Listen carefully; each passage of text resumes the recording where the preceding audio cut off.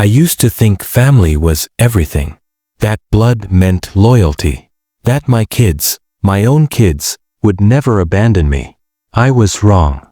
For 3 long years, I sat in my recliner, listening to the silence in my house. No birthdays. No holidays. Not even a lousy card on Father's Day. Just me, my thoughts, and my creaky old bones. Until one day, the phone rang. "Hey, Dad. We were just thinking of you." Yeah, right. Thinking of me. More like thinking of my bank account. They thought the old man had forgotten everything.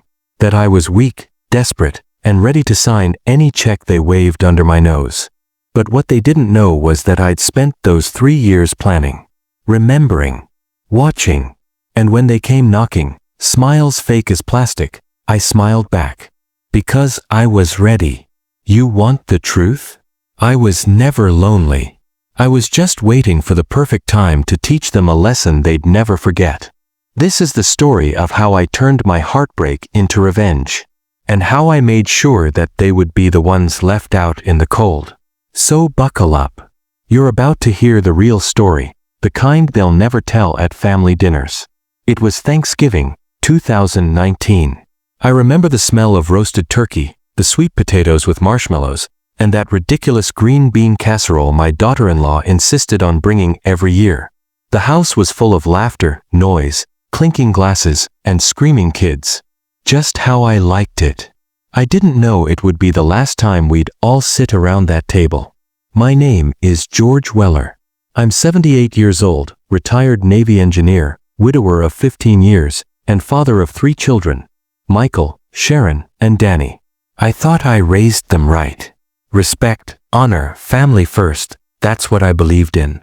That's what I lived by. After dinner that year, I handed each of my kids a check. Not a small one, either. I'd sold a piece of land I'd bought back in the 80s, and it fetched more than I'd ever imagined. I thought, why wait till I'm dead? Let them enjoy it now. Michael looked stunned. Sharon cried. Danny made a joke and called me the coolest dad ever. I felt proud, like I had done something meaningful, and then they disappeared. No calls, no texts, no visits. At first, I thought they were just busy. Life happens, right? But then Thanksgiving came again the next year, and I sat at that same table, alone. No laughter, no casserole, just silence. That was the beginning of the end. I never knew how loud a clock could be until the house was quiet for days on end. The tick-tock was a constant reminder that time was passing, and no one was coming. The mailman was the only person I saw regularly. Even the dog across the street had stopped barking at me. It was like the world moved on, and I was stuck in a snow globe. I tried calling, left voicemails, wrote emails. Nothing. Michael had moved to Seattle. Sharon was busy with her new job and her twins. Danny, well, Danny was always the wild one. The one who never quite grew up. I thought maybe I'd done something wrong. Maybe I offended them. Maybe they thought the money was some sort of payoff. But the truth was far worse. They didn't need me anymore. I wasn't useful. I wasn't fun. I was old. Some nights, I'd sit on the porch with my wife's old shawl wrapped around my shoulders. Don't laugh. It still smelled like her. Lavender and cinnamon. I'd think about the early days. When the kids were young. When we had pancake sundaes and water balloon fights. When they fought over who got to sit on my lap.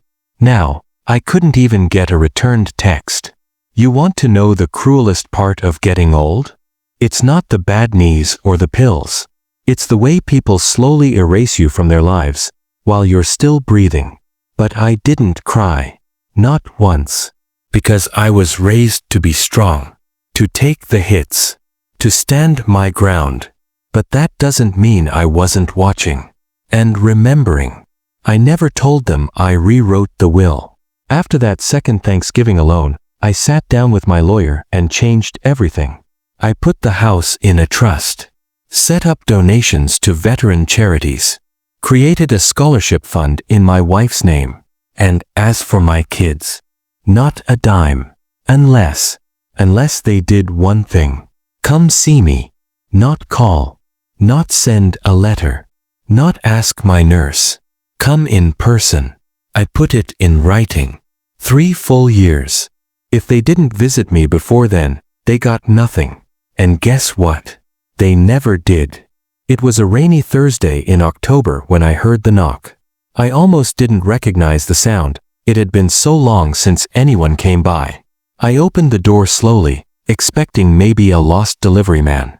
But there they were. Michael, Sharon, and Danny. All of them.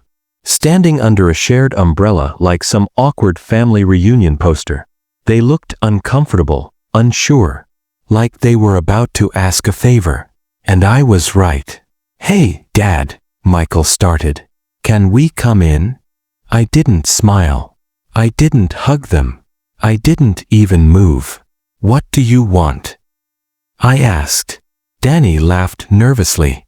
Well, funny story. We kinda hit a rough patch. Sharon's husband lost his job. Mike's company cut his hours. I had to sell my truck. There it was. The truth, wrapped in polite tragedy.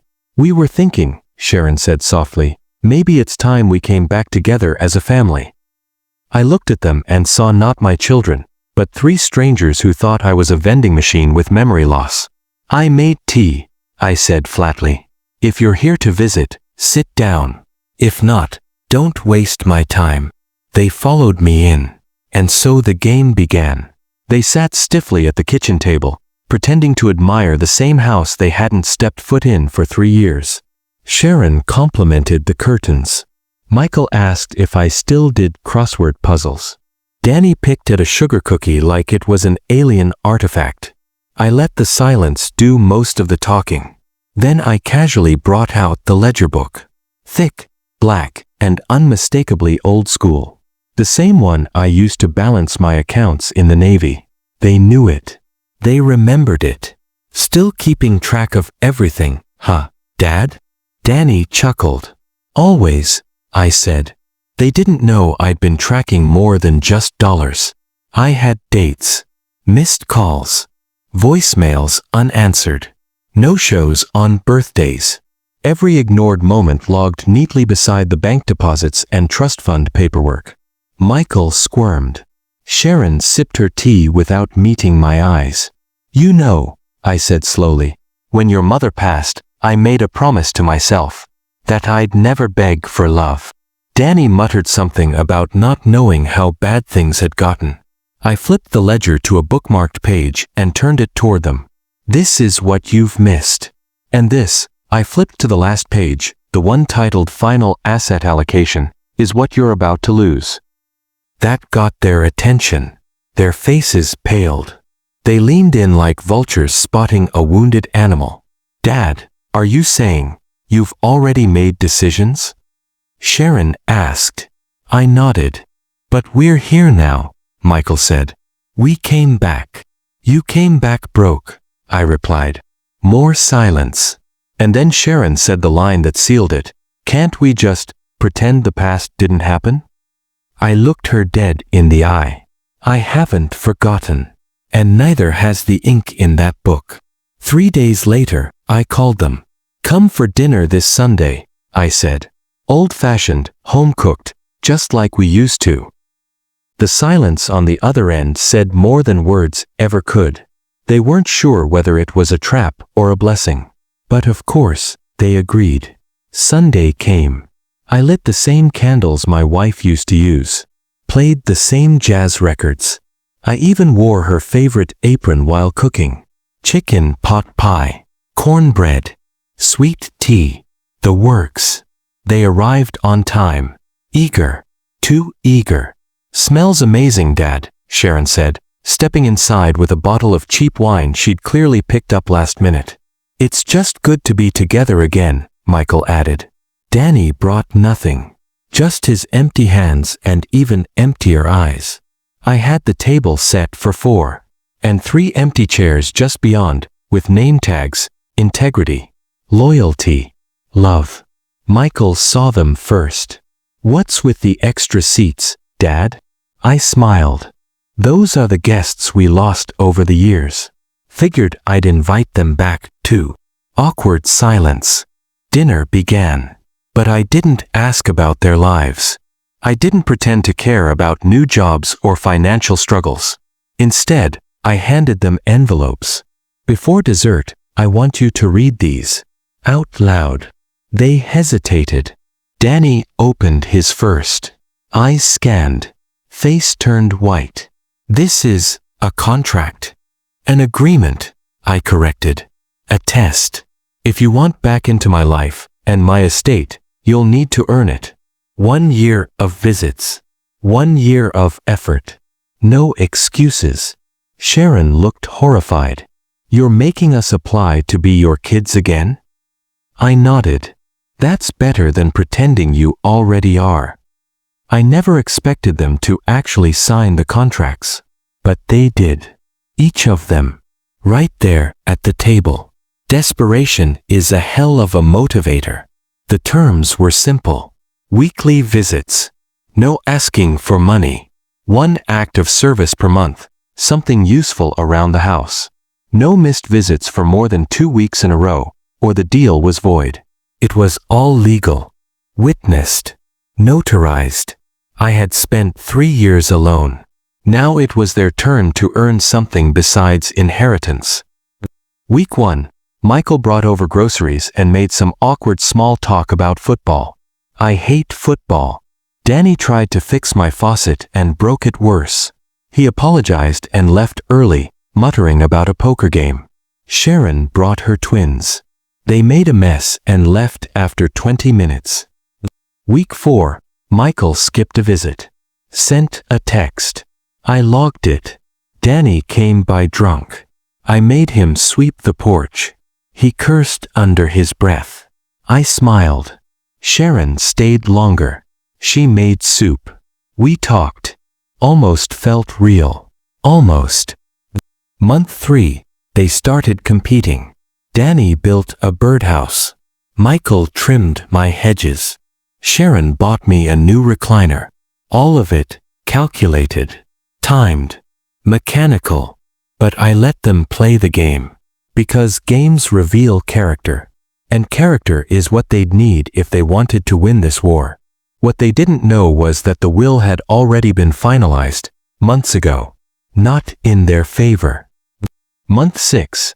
Michael's wife called me. Said they were struggling with mortgage payments.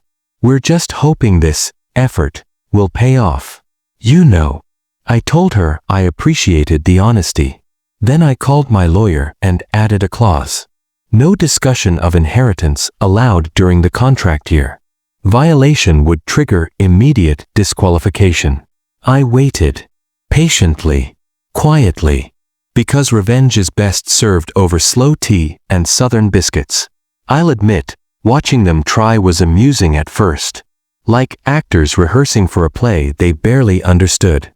The garden bloomed under their care, the floors gleamed, and the fridge was full of their attempts at casseroles and stews.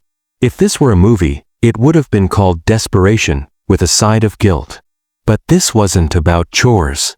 This was about effort, ownership, grit. I wanted to see who they were when there was no inheritance in sight, only responsibility. And what emerged was enlightening. Brenda, for all her dramatic flair, actually had a knack for gardening. She'd spend hours outside, hands in the soil, humming songs from her youth. At times, I saw flickers of the girl who once made flower crowns for her mother. Tom treated the whole thing like a corporate challenge. Schedules, checklists, color-coded fridge magnets. Efficient, but heartless. He missed the point entirely. This wasn't about optimization, it was about presence. Real, human presence. And Diane, my sweet Diane. She didn't cook or clean much. But she did sit with me. She brought photo albums, read to me, listened. Really listened. And when I asked her why she didn't jump into the frenzy like the others, she just smiled and said, "Dad, I'm not here to impress you. I'm here to know you again." That nearly cracked the dam. But I stayed firm. One moment of warmth doesn't erase years of neglect. I needed more. I needed consistency. Not a performance, but a transformation. And so, I started my own game. Every week, I'd give them a new task, but not a physical one. A moral one. I told them they had to volunteer at the community center. No cameras. No bragging. Just help. Then, I asked them to take turns caring for one of my old war buddies, Harold, who was wheelchair-bound and sharp as a tack. Harold agreed to play along. He'd report back. They squirmed. Oh, they squirmed. Tom protested, "We're here to help you, not some stranger." And I replied, "Harold was there for me when I had nothing. If you can't be there for him, you're not here for me." The next week, I asked them each to write a letter. Not to me. To their mother. She'd been gone 10 years, and not one of them had visited her grave in 5. "Write her a letter," I said. "Tell her what you've become." Brenda cried. Diane nodded and disappeared upstairs. Tom refused at first until I said, "It's not an option. It's your debt." I read the letters, alone, late at night. Brenda's was poetic, filled with regret, with longing. She admitted to becoming the kind of person her mother warned her about. Tom's was sterile. "You'd be proud of my success," he wrote. "I run $1 million firm now." Diane's broke me. It simply said, "I'm sorry I left Dad alone. I miss you every day. I want to be better." That was the moment I knew. The will would change. But not yet. The game wasn't over. Because next, I planned something no one saw coming. A family reunion. All the cousins. Old friends. Even the mailman who used to bring me meds when I couldn't drive. Everyone who ever showed up when my children didn't. And at that reunion, a little announcement. The morning of the reading arrived with an eerie quiet. George sat alone in his study, gazing out the window at the garden Martha had once tended. Her favorite lilacs were in bloom, the fragrance slipping through the open panes and curling around him like a memory. He wore a crisp navy suit, freshly pressed. A far cry from the flannel and cardigan his children had grown accustomed to seeing. Today, he looked every bit the businessman they'd forgotten he once was. The family arrived, one by one, under the pretense of love, but everyone knew what this day was really about. Money, legacy, power. They gathered in the drawing room. An attorney named Peter Trask, silver-haired and sharp as a blade, took the floor. The thick envelope in his hand held more power than any of them had expected. Trask cleared his throat. Per Mr. Whitaker's instructions, this will is to be read only once, in full, with all beneficiaries present. There are to be no interruptions. The room fell into tense silence. George sat off to the side, a faint smile on his lips. Trask began. "I, George Emery Whitaker, being of sound mind and determined spirit, do hereby declare this my final will and testament." Gasps echoed at the sound of George's own recorded voice playing from a small speaker Trask placed on the table. It was George himself narrating, each word filled with solemnity and fire. "For 3 years, I was forgotten by those who shared my blood. Birthdays passed in silence. Holidays were marked by loneliness. Phone calls went unanswered. I became invisible, until, of course, you heard I'd struck it rich." Eyes darted across the room. No one dared speak. George's voice continued. "To those who showed me love, even in my poverty, I offer blessings. To those who returned for convenience, prepare yourselves."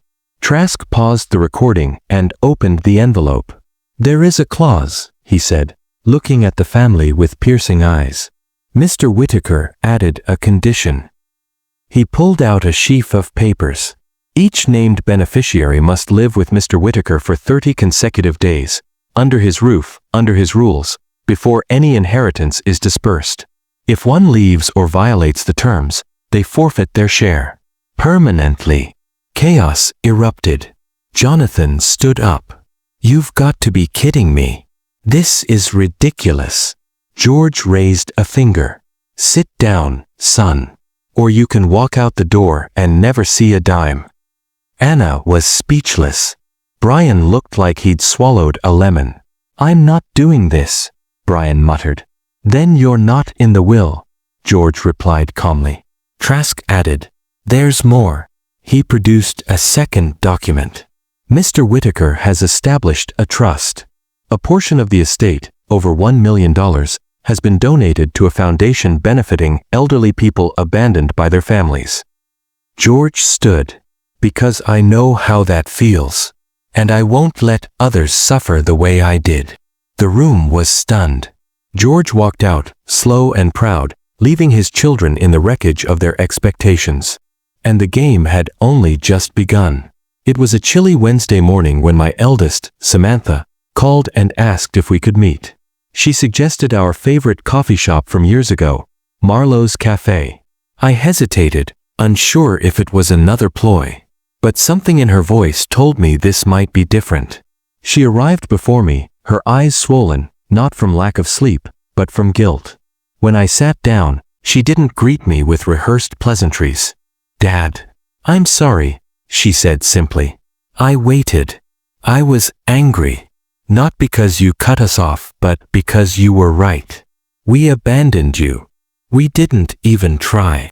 She reached into her purse and handed me a faded photo of our last family Christmas, 10 years ago. I keep this in my wallet. I told myself I didn't care, but I lied. I cared. We all did. We just didn't show it. I nodded slowly. I wasn't ready to forgive, not yet, but the ice had cracked.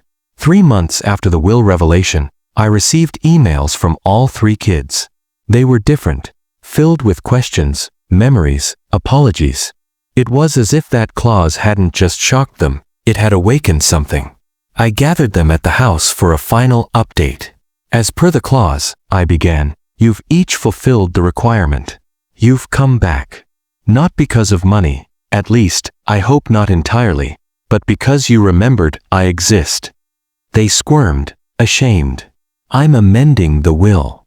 The money will still be divided, but only after you spend a full year actively involved with your community, and me. A year of service. A year of reconnection. They agreed. Hesitantly. But they agreed. Months passed, and the house that had once echoed with silence now bustled with laughter. There were family dinners again, board games, stories by the fire. Samantha started volunteering at the local shelter. David began mentoring at-risk youth. Julie, surprisingly, offered to manage my foundation. I still slept alone. I still had my aches and quiet days, but I no longer felt invisible. My existence mattered, not because of money, but because I'd made myself heard. The day I finalized my new will, I added one final message, not legalese, just words. To my children, you taught me what loneliness feels like. But you also reminded me what love can become when it's rediscovered. This fortune is yours, but so is the burden of carrying forward what I rebuilt. Don't let it die with me. I smiled as I signed. Years later, long after the lawyers, long after the fights, a young girl knocked on my door. Mr. George? My mother said you helped her when she was homeless. She named me after you. She handed me a card. In childish handwriting, it read, "Thank you for being kind." I wept. Because after everything, the betrayals, the greed, the silence, kindness remained. And it had come back. White heavy checkmark like what George did. Don't wait to feel invisible. Take your power back. Thumbs up like. Repeat button share. Bell subscribe. Because sometimes, the best revenge is rebuilding your life so beautifully, they have no choice but to watch.